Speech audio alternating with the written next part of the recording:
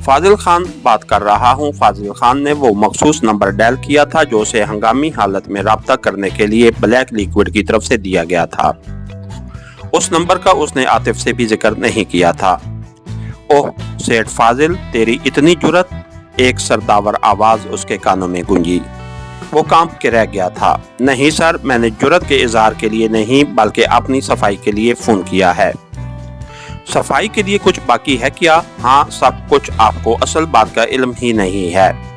तेरी वजह से डेवी और दूसरे कीमती मेम्बरान हलाक हुए हैं। ज्यादती डेवी साहब की तरफ से हुई, मैं बेकसूर हूँ। फाजिल खान के लहजे में गहरे दुख की आमेज़िश थी। खोलकर बात करो। जवाबन वो सारी तफसील दोहराने लगा। आखिर में वो कह रहा था, डेवी साहब ने मेरी जबान बंद कराने के लिए मेरी बेटी को अगवा कर दिया। क्या ये मुनासिब था?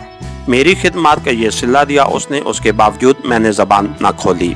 अलबत्ता डेवी की गिरफ्तारी के बाद मैंने कुछ ज़मनी बातें सीआई के एक अफीसर को बता दी थीं। बाकी डेवी पार्टी कैसे गिरफ्तार हुए मैं उस बात से लाइल हूँ। अलबत्ता ये मुझे पता है कि वो सीआई की कैद में हैं और उनसे पूछताछ हो रही है। हैरानी से पूछा गया, क्या वो जिंदा हैं? जी फिलहाल तो जिंदा हैं। तुम कैसे रिहा हुए? एक सीआई अफीसर को 30 करोड़ रुपए देकर मेरी खुलासी हो सकी है। होश में तो हो ना सर, ये सच है।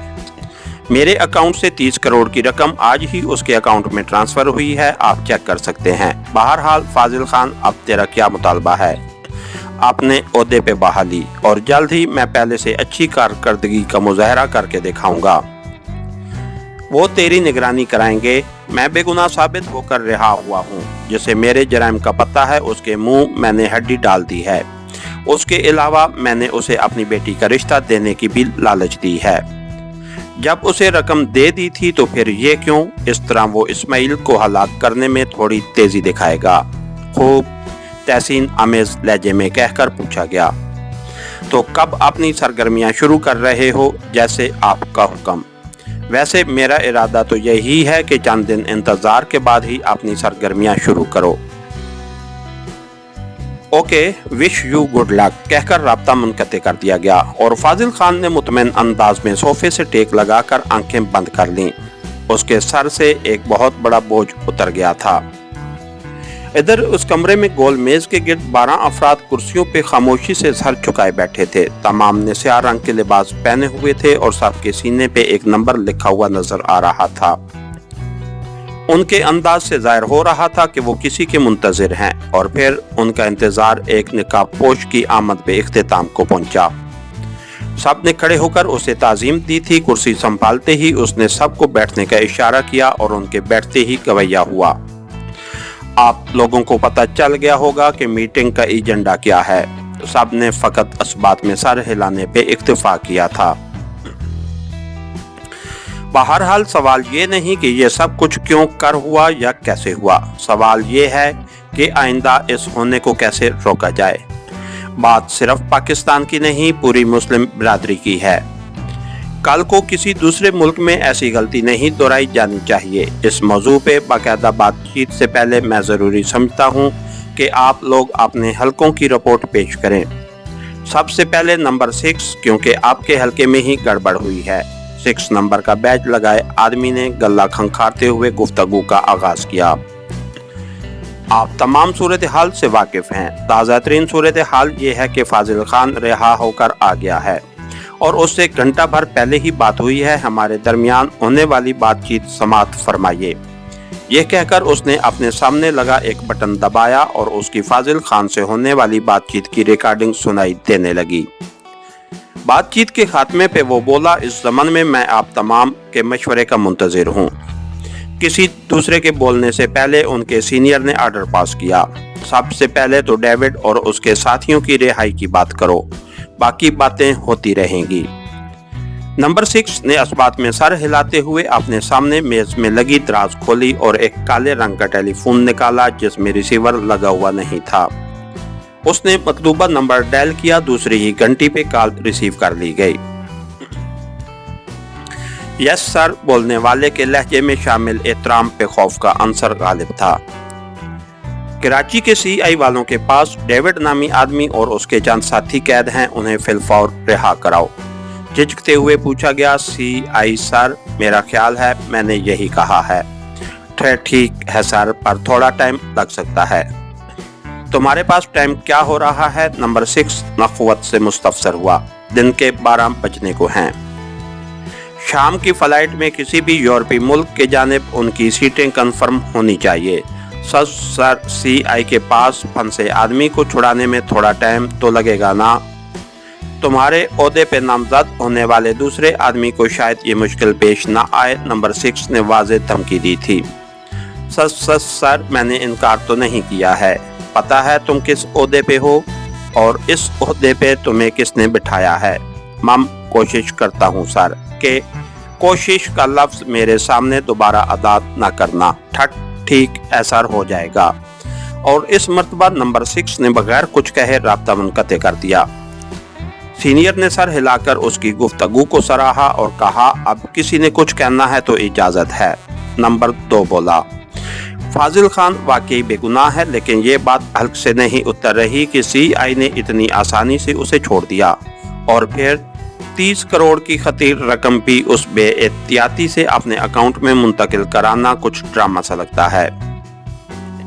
नंबर 5 बोला, मेरा भी यही ख्याल है सर कि उसे रिहा करना बतौर चारे के है। यूं भी डेविड पार्टी उनके हत्थे चढ़ गए हैं, जिनके पास फाजिल खान से कहीं ज्यादा मालूमात हैं ब्लैक लिक्विड के बारे में। मतलब फाजिल खान का कांटा साफ कर दिया जाए। नंबर 6 ने किसी और को बोलते ना देखकर तजवीज पेश की। नंबर 1 ने कहा, फायदा। 6 ने जवाब दिया, ताकि CI की तजवीज नाकाम हो जाए। नंबर 1 हंसा, नाकाम के कामयाब। उन्होंने फाजिल खान को यूं भी हलाक करना है, अब वो काम ब्लैक लिक्विड कर देगी तो उन्हें क्या फर्क पड़ेगा? फिर क्या करना चाहिए? अगर छोड़ देते हैं तब भी तो CI को ही फायदा है। नंबर 6 के साथ बाकी भी नंबर 1 की तरफ मुतवज्जे हो गए थे।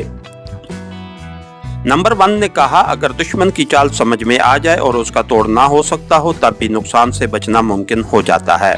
नंबर 6 ने पूछा, अगर वजाहत हो जाती? अब हमने यूं भी पाकिस्तान में मौजूद सेटअप को बदली करना है। फाजिल खान के करीब अपने किसी एजेंट को ना जाने दें, ना ही उसको नए सेटअप की हवा लगने दी जाए। उसे बराह रास्त फोन पे अहकामात जारी करो। काम मुकम्मल कर लेता है तो ठीक है, उसे हस्बे मामूल मुआवजा अदा करते रहो।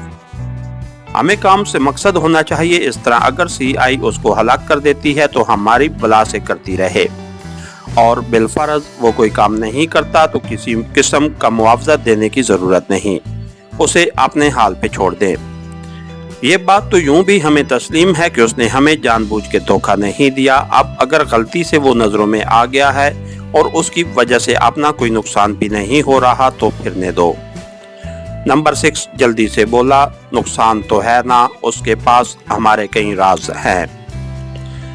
उससे कई गुना ज्यादा राज CI डेविड पार्टी से उगलवा चुकी होगी, इसलिए फिलहाल वो हमारे लिए किसी किस्म के नुकसान का बायस नहीं बन सकता। बाकी अपना सेटअप हमें यूं भी बदली करना पड़ेगा। क्या आप तमाम नंबर 1 से इत्तेफाक करते हैं? नंबर 6 ने हाजरीन महफिल से इस्तिफसार किया और सबने असबात में सर हिला दिया। वो सीनियर की तरफ मुतवज्जे होते हुए बोला, सर आपकी तरफ से कोई हुक्म? नहीं, नंबर 1 ने मुनासिब मशवरा दिया। अब ये बताओ डेविड का क्या करना है? वो तेरा अहम आदमी है, लेकिन दोबारा पाकिस्तान के अंदर उसे इस्तेमाल करना शायद मुमकिन न रहे। नंबर 6 के कुछ कहने से पहले नंबर 5 बोला, सर अगर डेविड मुझे दे दिया जाए तो उसके बदले मैं लारा नंबर 6 के हवाले कर सकता हूँ, और ये तो आप जानते हैं कि वो किसी भी तरह डेविड से कम नहीं है। नंबर 6 ने जल्दी से कहा, वो उर्दू नहीं जानती।